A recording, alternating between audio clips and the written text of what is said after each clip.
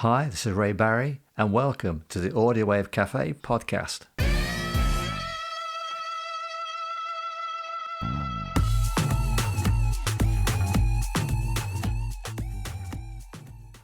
On this episode, my guest is Paul Willo, singer with the Skapones, a two-tone ska band based in the northeast of the country.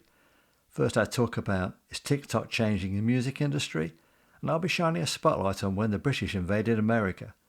I'll also be playing a new single, Northern Gods, by the Skapones. Let's move on.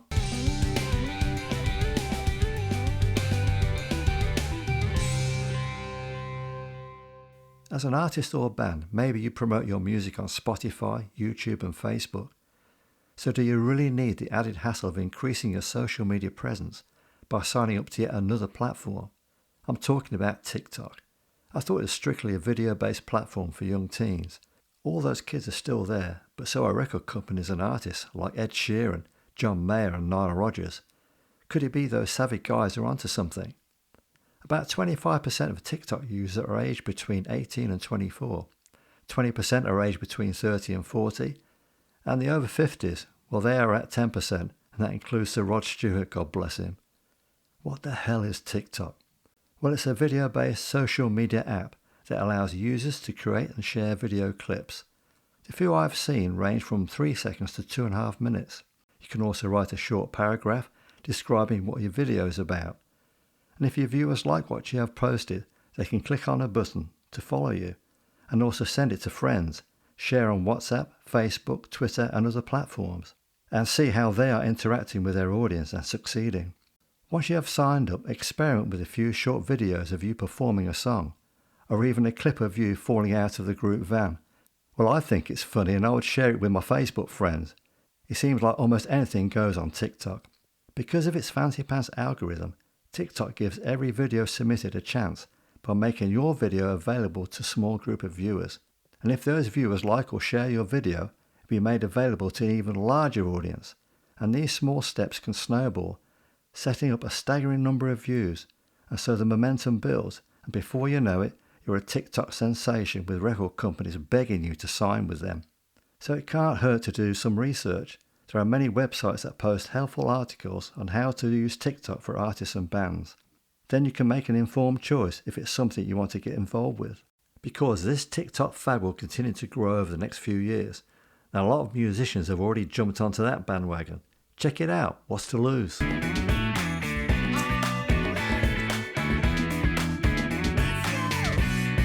My guest today is Paul Willo, singer with the Skapones. Formed in Darlington in 2013, they play, and I quote, a divine ska of northeast two-tone ska. Paul, Paul, it's great to have you join me on this call. Thanks, Ray. This is wonderful. Thanks for asking me. You're welcome. How many are in the band? At the moment, there's 7. It has been 9. It has been 8. It has been 10. So it, Do you have a big van? we used to. We need one. I know that. No, we're traveling separate at the moment because the van we used to have has gone. So at the moment, we're in individual vehicles at the moment. But we're looking to get a new one. We're looking to get a new one. I assumed the band would only be playing venues in and around, say, Darlington and Middlesbrough. But you've also toured in Europe, and in 2019 you embarked on a 2-week tour of the US. How did that happen? That was crazy. 2019 was a fantastic year all round for us. It was the American tour came from. We did a gig in Middlesbrough. And we did our one of our popular songs with people is "Cradle to Grave," which is a song basically just about being a ska fan all your life, basically. And on the video, it was just filmed on somebody's mobile phone in this venue in Middlesbrough, only a small venue, and the guy put it on Facebook. And I thought, oh, this sounds good for a bunch of old blokes, not bad. You know what I mean? So, Yeah. and I thought, great. But then an American guy came on and said, oh, they don't play ska like this in America. So I said, well, you know what to do then, don't you? Bring us over. And then the next thing I know, the following day, I get a private message on Facebook and from the guy who'd posted. And then by the end of the day, we're having a three-way conversation between different promoters in different parts of America. And then it just snowballed from there. It's crazy. You know, it was one of them things where we thought we were talking about it and until you actually do it, you don't realize it's even gonna happen. I know it sounds weird, but that's you know what I mean? It That's was, amazing. it was amazing. Are there any standout moments from that tour?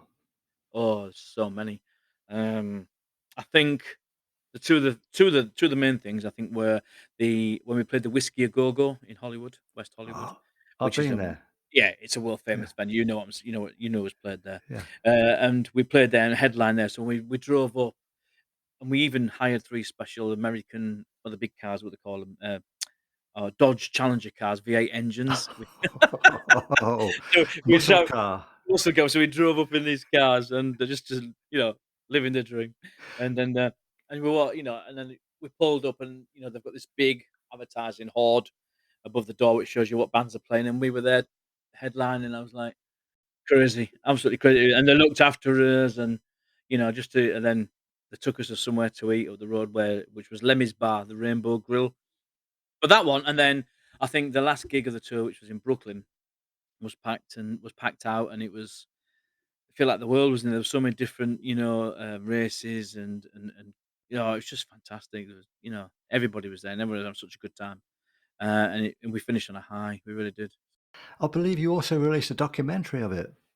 We have, yeah. We had somebody who came around with us, and bless them, they never had the cameras out of their hands. You know what I mean? They would stick it in your face at 5 in the morning when you go up to catch the plane. We'd travel to a gig, and get there and do our set. Then because in America, nowhere's close really. So you're traveling back is 4 or 5 hours. So we get back, we'd get home for about 3:30 in the morning, and then we had to be up at 5:30 for the plane.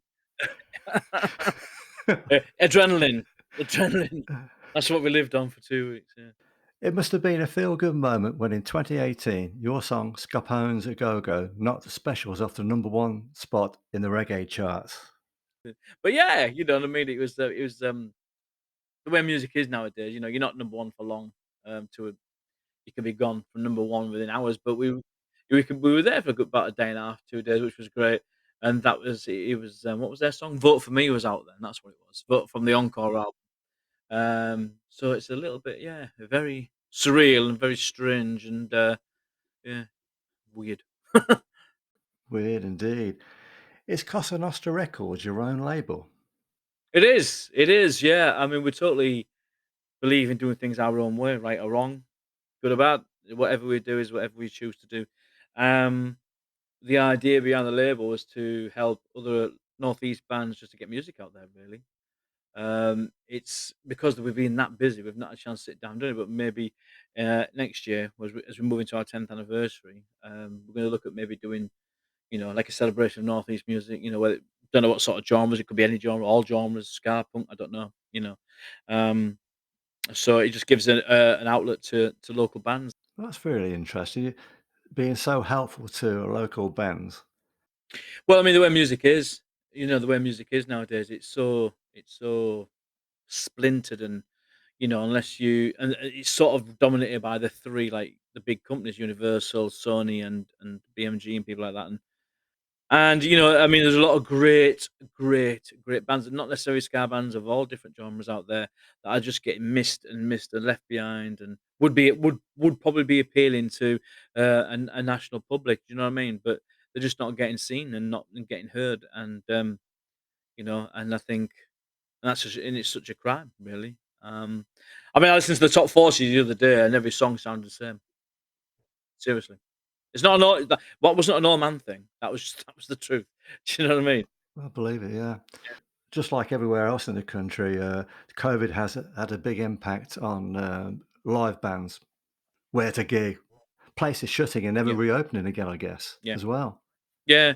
Well, we had that. Yeah, absolutely. The government's rescue package was absolutely abysmal, when you think how much money live, Yeah, venues can bring into the economy. I think it's billions, but, they were offered something like 1.25 million, which great if you it's great if you're, the Royal Ballet and whatever it's great though. But, yeah. small venues here, which have always been, sort of the staple, for bands to go to in the Northeast and stuff, have never opened again.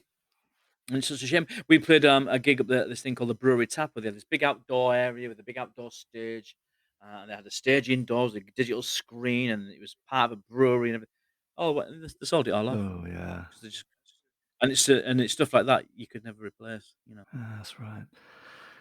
The Skapones once missed out on being selected to play at Glastonbury. How did that happen?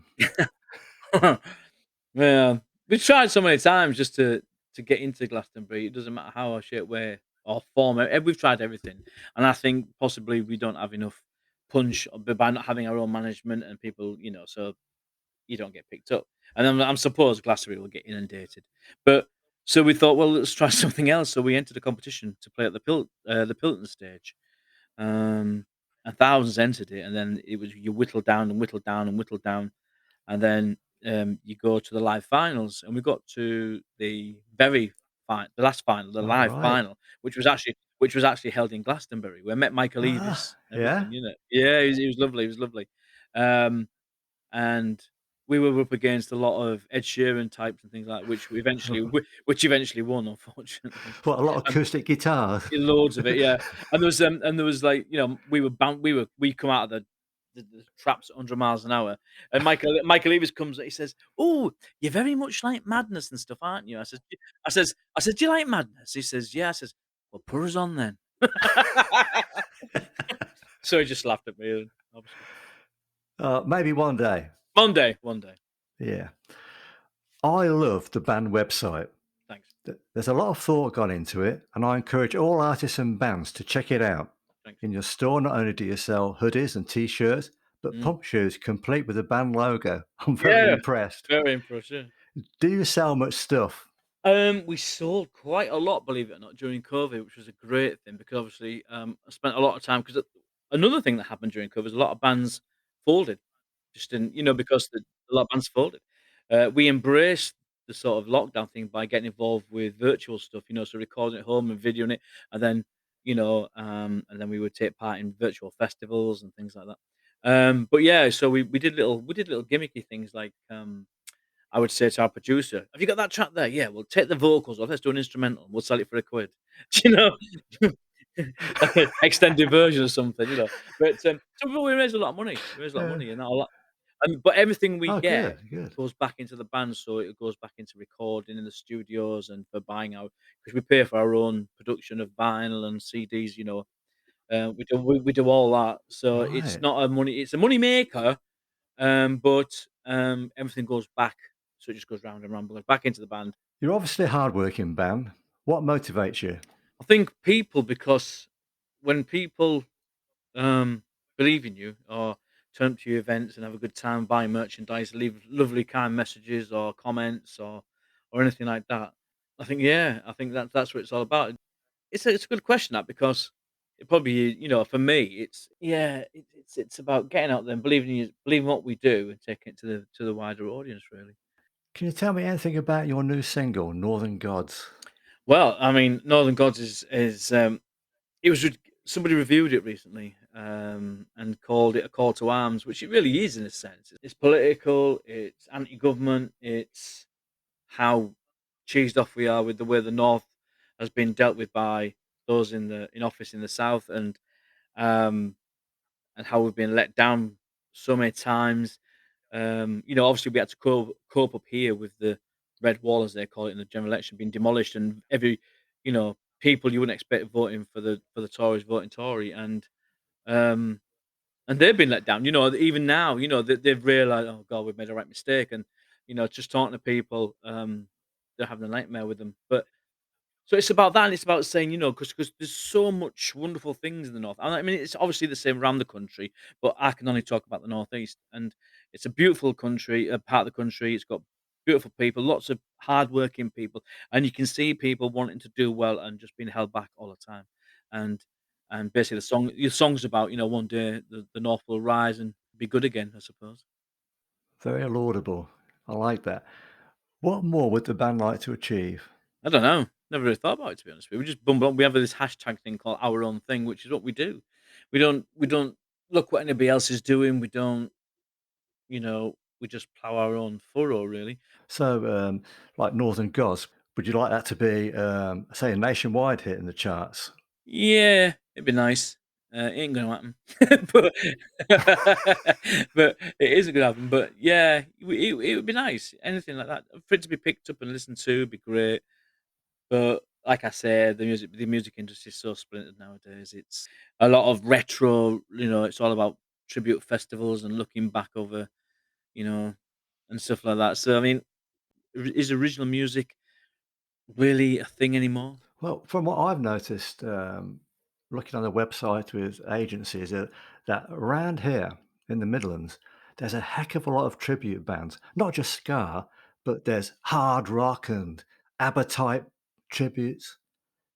Well, what gets me more than anything else is up here, like in Newcastle, we've got no 2 Academy and things like that, and that's where all the big bands used to go, and you would go see them and stuff like that, and original bands, but now it's just full of tribute bands all the way, and it shouldn't be like that, there's a million bands out there, there's a million bands in Coventry, there's a million bands in the South who wanna play these places, and the reason music can't move further forward is because they're getting stifled all the way across the board, and don't get me wrong, tribute bands and cover bands have their places, not a problem, of living side by side, that can work, but come on, as promoters I understand promoters need to make money as such and to make things work, but listening to stuff that was recorded 40 years ago all the time is not gonna do anything for in the long run at all.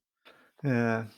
Well, I think it's a great thing that you're flying the flag for playing original music. Well, I think I think especially in the ska scene, scene is a scene for its, it's what it is that it moves forward all the time. You got the specials brought on the original ska from the '60s and changed it to something else, and then in the late '80s we had another British ska boom with more poppy ska bands that were pretty much underground, like the Hot Knives and the Loafers, who were really big, a massive underground scene, it was huge, but didn't break out.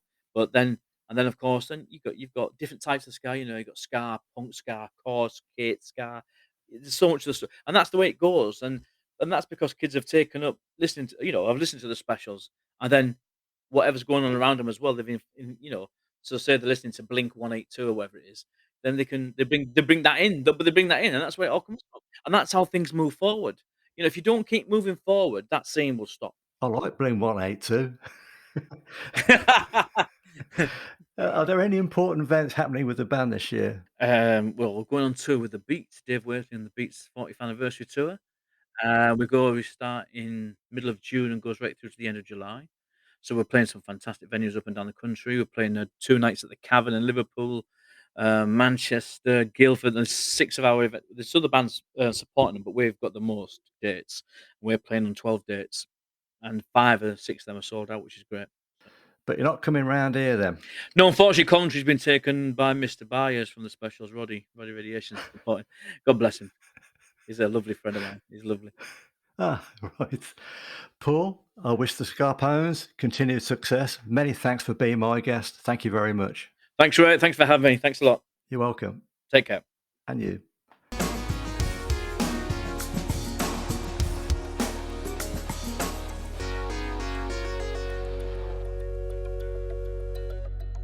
I'm not really talking about an invasion, more a cultural phenomenon. When 58 years ago, the young people of America suddenly couldn't get enough of British pop music, fascinated by the clothes and hair that came with the artists and groups from across the pond. At first, many American parents were outraged. American teens loved it, rebelling against their parents' attitude, who were having barely recovered from Elvis Presley's gyrating hips, which seem so tame now. Since the mid-50s, the American music establishment had been smirking about the British pop scene, where many bands and artists would take the easy option of copying an American top 20 hit and bringing out what the Americans considered was inferior copies. Crucially, it was rare that any British single would make it into the top 100. Then, on the evening of the 11th of December 1963, 15-year-old Marsha Albert wrote a letter to disc jockey Carol James of WWDC radio station in Washington, D.C. It was about a Walter Cronkite feature story on TV the previous evening by a group in England called the Beatles. Impressed by the group's performance of She Loves You, Marsha wrote, and I quote, "Why can't we have music like that in America?" Less than a week later, Carol James brought Marsha into the radio station to introduce another Beatles song, I Want to Hold Your Hand. By early 1964, I Want to Hold Your Hand was #1 in the American charts. The Beatles had from that moment opened the door into the American pop charts, and other artists and bands soon followed, and in doing so brushed aside American artists such as Fabian and Bobby V. What the Brits were doing was basically recycling American R&B, country, blues and rock and roll, and adding their own unique interpretation. Ego American teenagers couldn't get enough of artists and groups like Dusty Springfield, the Dave Clark Five, the Animals, the Kinks, and of course the Beatles. Some American acts crumpled under the British onslaught, never regaining their previous popularity. Even Elvis Presley's career suffered. That initial so-called invasion lasted about 2 years, and gradually many American acts adopted British influences and began to steadily take back their own charts. But that door never shut again to British acts. By the end of the 60s, Cream, Pink Floyd, The Who, Led Zeppelin, and many others had successfully established themselves in America, and they were there to stay.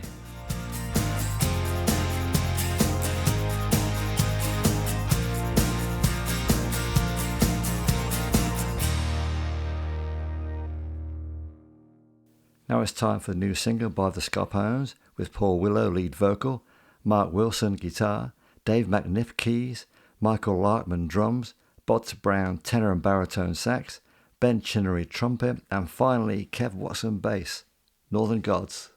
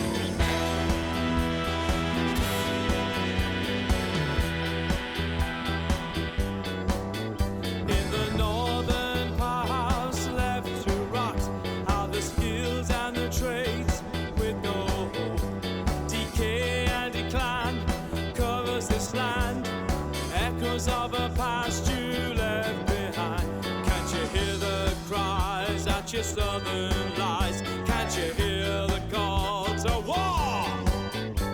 1,000 voices you chose not to hear, 1,000 more, it's still in fear.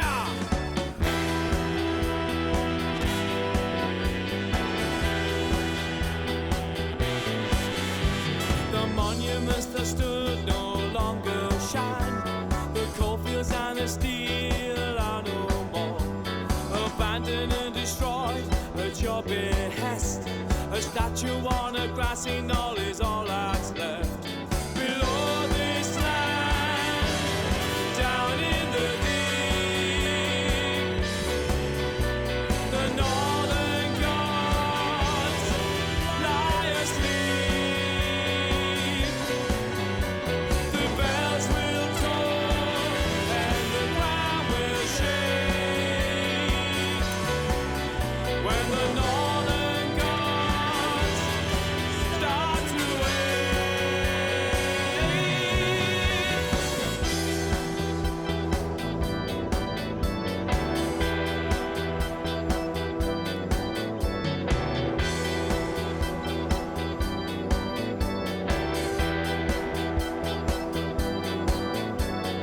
Rise up under what force you are the might.